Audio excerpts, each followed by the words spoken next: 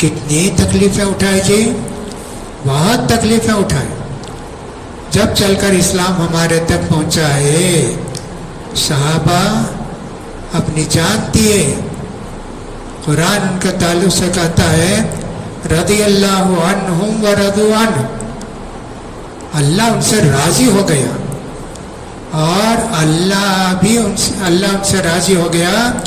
وہ بھی قیامت میں جنت میں جا کر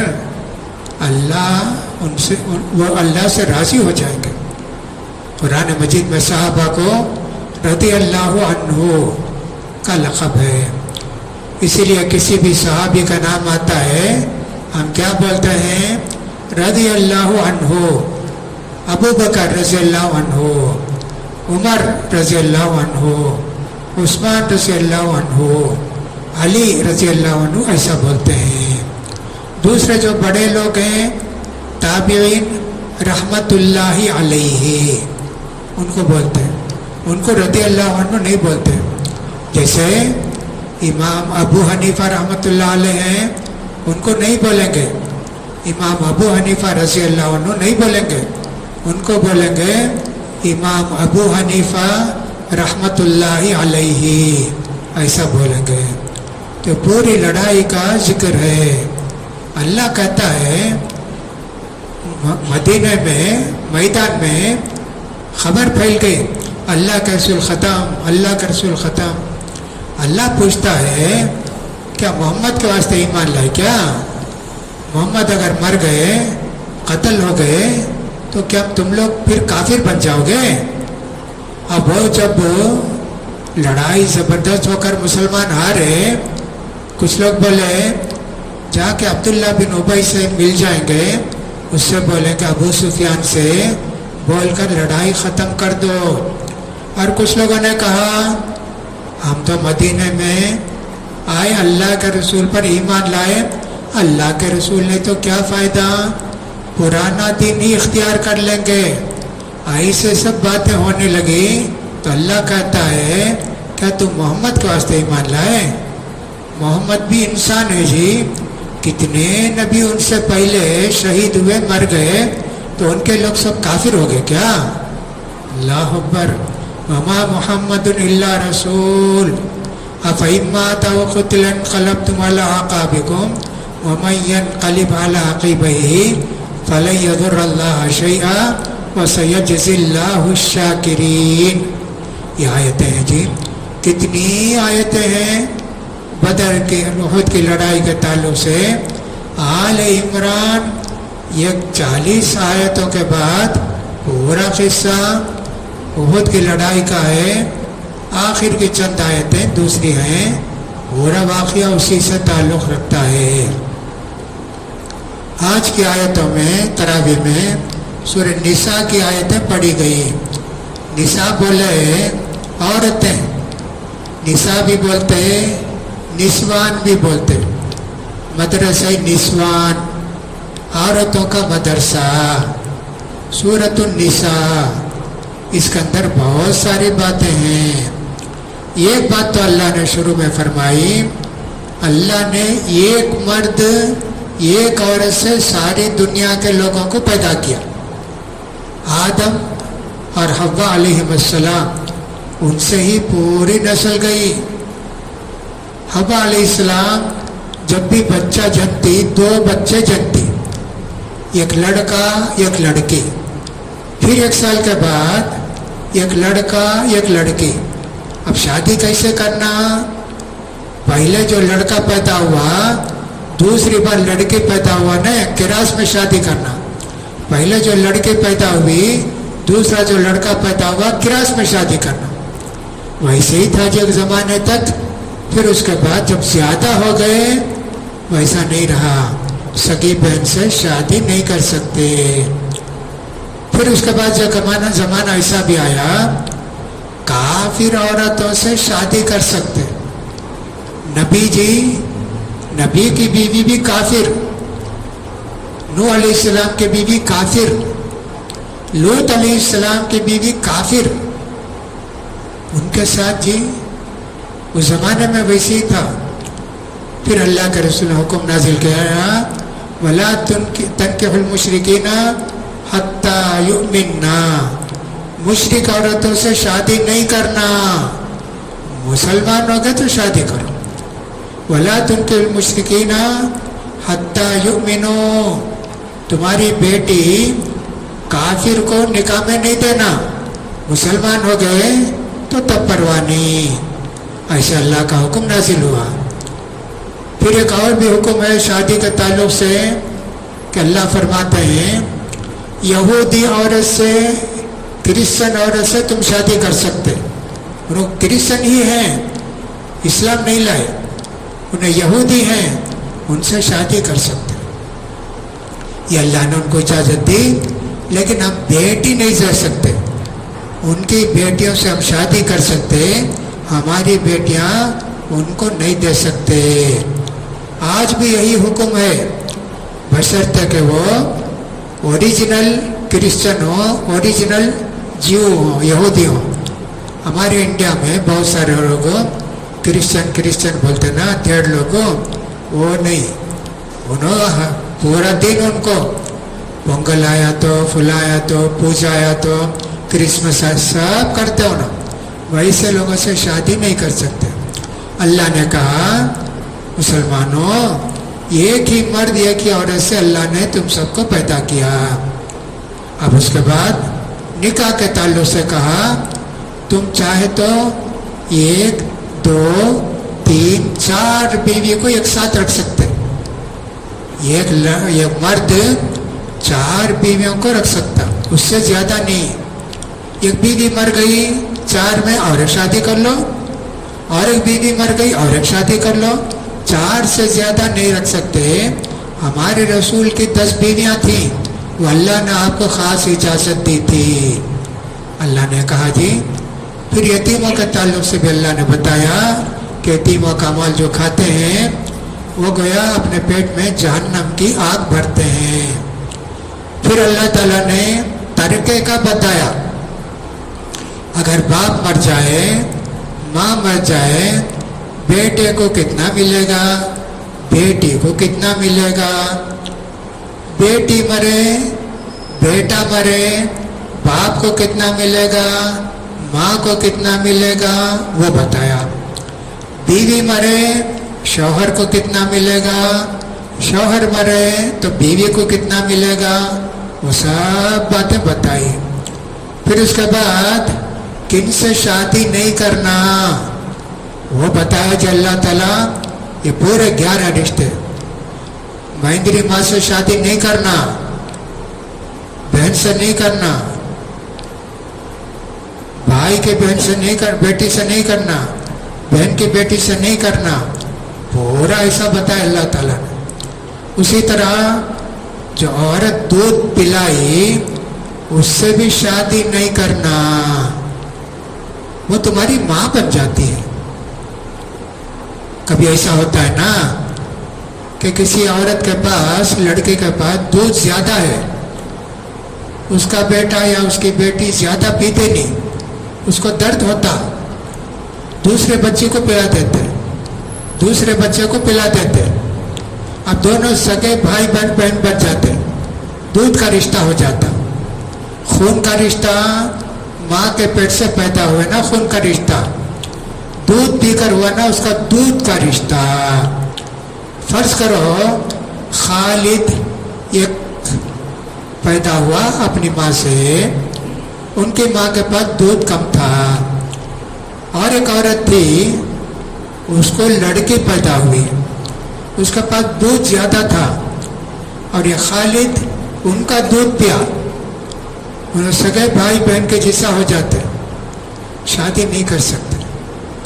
ویسا ایک رشتہ بھی ہے، 3 بار کم سے کم پینا. صبح 1 مرتبہ پیے، دوپہر کو 1 مرتبہ پیے، شام کو 3 مرتبہ پی لینا ہو گیا. لیکن پی کر ذرا چھوڑ کر پھر پیے وہ نہیں، پیٹ بھر کے پینا. وہ سب رشتہ بتایا گیا کتنے رشتے ہیں. پھر ایک بات یہ بتائی گئی، اللہ نے مردوں کو عورتوں پر حاکم بنایا ہے. مردوں کی چلے گی الرجال قوامون علی النساء